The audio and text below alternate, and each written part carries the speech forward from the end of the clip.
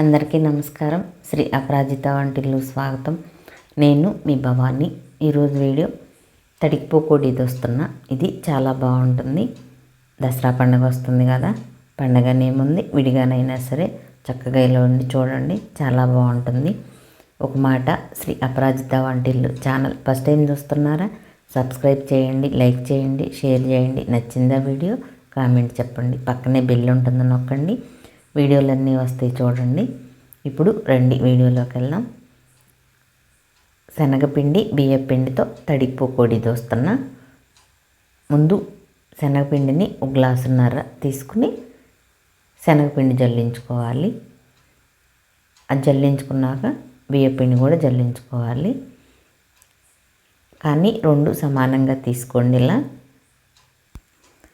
శనగపిండి గ్లాసున్నర, బియ్యపిండి గ్లాసున్నర తీసుకున్న రెండింటిని ఇలా జల్లించేసుకుని ఒక్కసారి ఆ పిండిని కలుపుకోవాలి.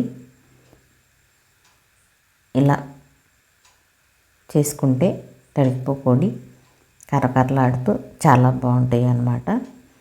ఇప్పుడు ఆ పిండిని కలిపేసుకుని వాము, ఉప్పు, కారం మూడింటిని మీకు తగినట్టు వేసుకోండి, మీ రుచికి తగినట్టు.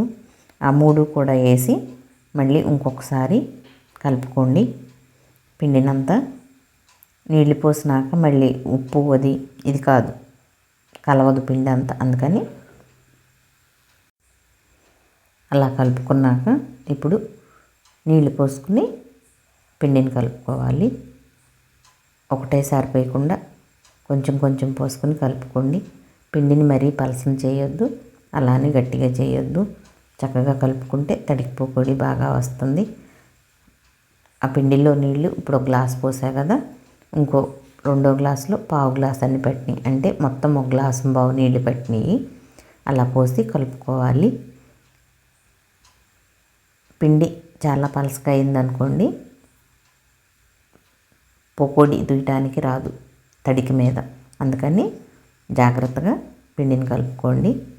ఇప్పుడు ఉప్పు చూసుకోండి కొంచెం ఈ టైంలో, ఎందుకంటే మళ్ళీ తర్వాత కలవదు ఉప్పు తక్కువైతే. అందుకని ఇలా కలుపుకునేటప్పుడు చూసుకున్నాం అనుకోండి, చాలకపోతే వేసుకోవచ్చు. కానీ నేను వేసిన ఉప్పు కారం అన్నీ చక్కగా సరిపోయినాయి. ఇక పిండిని కలిపేసాను. అలా కలుపుకుని చూడండి, ఇట్ట కలుపుకోవాలి. ఈ మెత్తగా కలుపుకోవాలి, చక్కగా తెలుస్తుంది కదా ఎలా ఉందో. అట్ట కలుపుకుని బాగా కలుపుకుని పిండిని అలా ఉండ చేసుకుని మూత పెట్టి పక్కన పెట్టుకోండి. చూడండి ఎంత బాగా కలిసిందో పిండి, చక్కగా ఉందన్నమాట. ఇలా ఉంటే చక్కగా గుల్లదేలుతాయి. పకోడీ దుయ్యడానికి కూడా తేలిగ్గా ఉంటుందన్నమాట తడికి మీద. అందుకని ఇప్పుడు పిండి మూత పెట్టి పక్కన పెట్టి, ఇప్పుడు తడికి కొంచెం నూనె రాస్తున్నాను. అట్ట ఆయిల్ రాసుకుని పక్కన పెట్టుకోండి. ఎందుకంటే ఆయిల్ రాయటం వల్ల తొందరగా కదులుద్ది అన్నమాట దూసేటప్పుడు.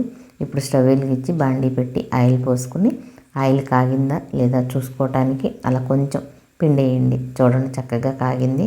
అలా కాగినప్పుడు వేస్తే తొందరగా గుల్లదేలుతాయి అన్నమాట, లేకపోతే కట్టుకేస్తాయి ఆయిల్ కాకుండా దూస్తే. అందుకని ఆయిల్ కాగనివ్వండి. ఇప్పుడు కొద్దిగా పిండి తీసుకుని అట్ట మీరు దుయ్యగలిగినంత తీసుకోండి చేత్తో పట్టుకోవటానికి. అదొకటి బాండీ పెద్దది పెట్టుకోండి, పెట్టుకుంటే చక్కగా కాలుతాయి. ఇప్పుడు నూనె కాగింది కదా, అలా తడికిపోకోడి దూసుకోవాలి. మనం బొటన వేలు ఉంది కదా, అక్కడి నుంచి మణికట్టు నుంచి దూస్తే అదిం పెట్టి అట్ట తడికిపోకోడి చాలా బాగా వస్తుంది.